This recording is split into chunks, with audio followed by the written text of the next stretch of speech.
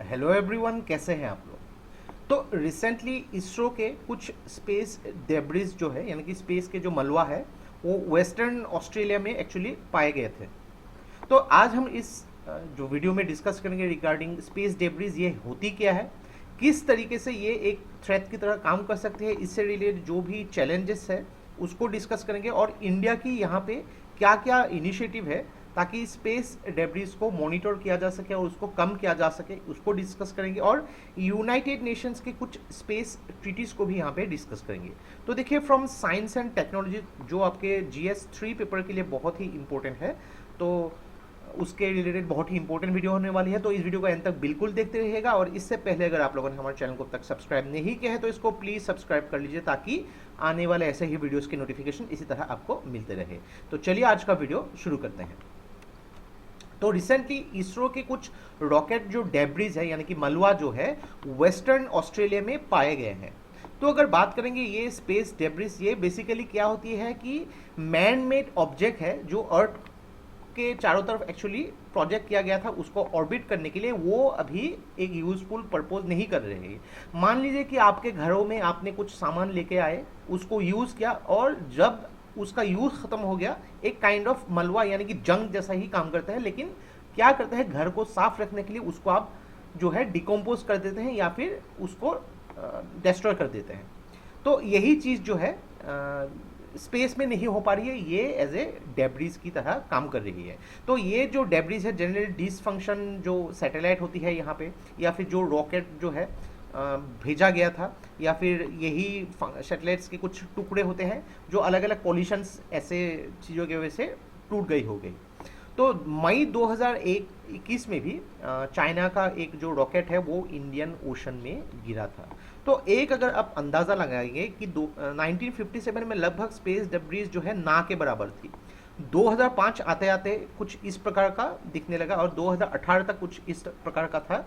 और अगर 2030 तक अगर आप देखेंगे अर्थ को, अगर जूम आउट करके देखेंगे स्पेस से, तो अर्थ का जो चेहरा कुछ इस तरह का दिखाई देगा आपको। तो ये सब जो है एज अ डेब्रिस आप देख सकते हैं। तो किस तरीके से ये थ्रेट कर सकती है, एक तो सीधे सीधे मेराइन जो लाइफ में यानी कि जो समंदर पे ये जो डेब्रिस गिरती है तो ये मेराइन जो इकोलॉजी को इम्बेलेंस करके उसको थ्रेट कर सकती है, मेराइन पॉपुलेशन को प्रमोट कर सकती है। यहाँ पे जो भी ऑपरेशनल सैटेलाइट्स है उनके लिए थ्रेट हो सकती है। बहुत ही ज़्यादा ओवर पॉपुलेशन हो गई है अलग अलग देशों के सैटेलाइट, तो इसके वजह से यहाँ पे ये डेब्रिस, इसको जो है केस्लर सिंड्रोम के हिसाब से भी टर्म किया जाता है। तो कभी कभी आप देखिए प्रीलिम्स में आपको ऐसे सवाल पूछे जा सकते हैं कि केस्लर सिंड्रोम, सीधे सवाल कि किसके साथ रिलेटेड है।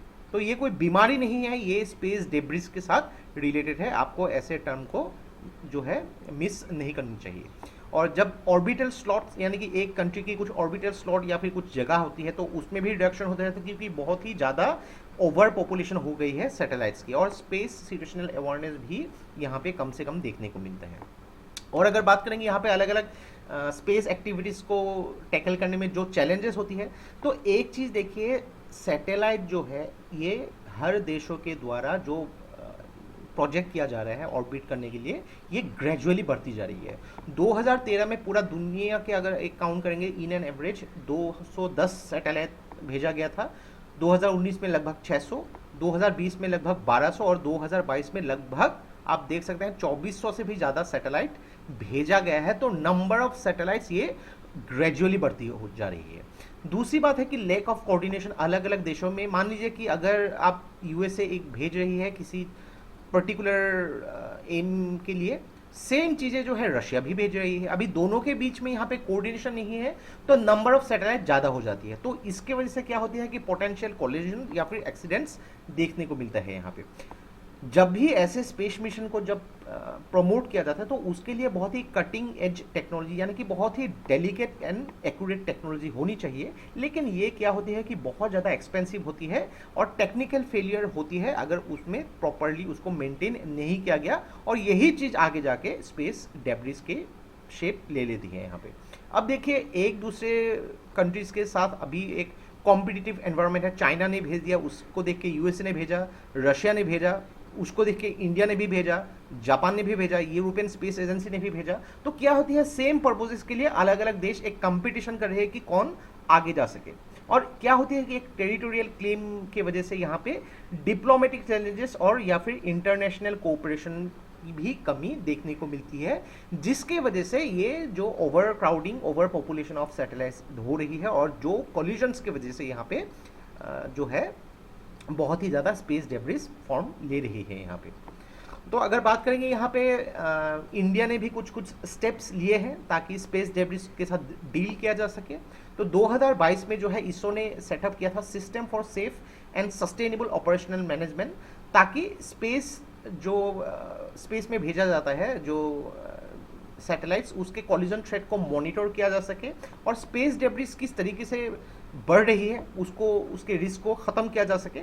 तो ये स्टार्ट किया था 2022 में। इसरो ने लगभग ऐसे 21 कॉलिजन जो है उसको होने से बचा लिया था और यहाँ पे 2022 में भी ऐसे ही कुछ कुछ सेटअप्स जो है इसरो ले रही है। देन इसरो ने जो है एक centre for space debris research जो है सेटअप किया था ताकि जो स्पेस डेब्रिस को मॉनिटर किया जा सके और उसको ख़त्म किया जा सके। प्रोजेक्ट नेत्र बहुत ही इम्पोर्टेंट है, आपको ये एक्चुअली प्रिपेयर करना ही चाहिए, इसके ऊपर भी मैं पहले वीडियो बना चुका हूं। तो ये क्या है, एक अर्ली वार्निंग सिस्टम है ताकि स्पेस डेब्रिस अगर दिखाई दे रहा है और एक सैटेलाइट जा रही है तो कुछ टाइम पहले इसको मॉनिटर किया जाएगा ताकि पॉसिबल कोलिजन को बचाया जा सके। तो ये इंडिया के थ्रू कुछ इनिशिएटिव्स है। और अगर बात करेंगे यूनाइटेड नेशन के कुछ 5 treaties related to space activities, तो पहला यहाँ पे आता है आउटर स्पेस ट्रीटी 1967 में, दूसरा जो है रेस्क्यू एग्रीमेंट 1968 में, देन लायबिलिटी कन्वेंशन 1972 में, देन रजिस्ट्रेशन कन्वेंशन 1976 और मून एग्रीमेंट 1979। तो एक चीज़ देखिए, यहाँ पे हर चीज़ों के लिए कुछ कुछ समाधान होती है। तो यहाँ पे क्या होनी चाहिए कि अगर वे फॉरवर्ड आपको लिखना हो कि कंट्रीज को एक साथ आगे बढ़ना होगा, एक यहाँ पे कोएलिशन फॉर्म करना होगा कि पर्टिकुलर किसी भी मकसद के लिए अगर किसी भी सैटेलाइट को ऑर्बिट किया जा रहा है अर्थ के चारों तरफ, तो ये मल्टीपल कंट्रीज को बेनिफिट कर सके या फिर एज ए होल पूरे दुनिया को यहाँ पे ये जो है एक उसका सर्विस दे सके ताकि कम से कम सैटेलाइट से काम हो सके।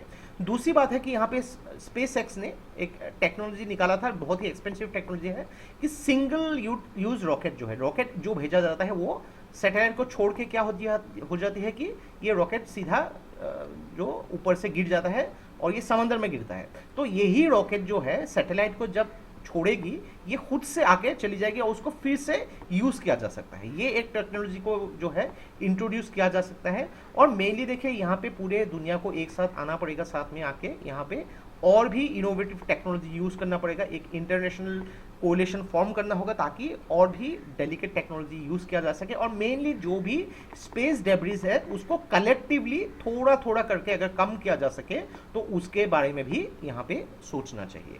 तो ये था हम लोग का complete analysis regarding the space debris और इसके जो थ्रेट्स जो है यहाँ पे हमने डिस्कस किया। तो आशा करते हैं इस वीडियो से आपको बहुत कुछ चीज़ें सीखने को मिला होगा और ये वीडियो अगर आप लोग को अच्छा लगे इसको प्लीज़ लाइक कीजिए, इसको सब्सक्राइब कीजिए, इसको शेयर कर दीजिए।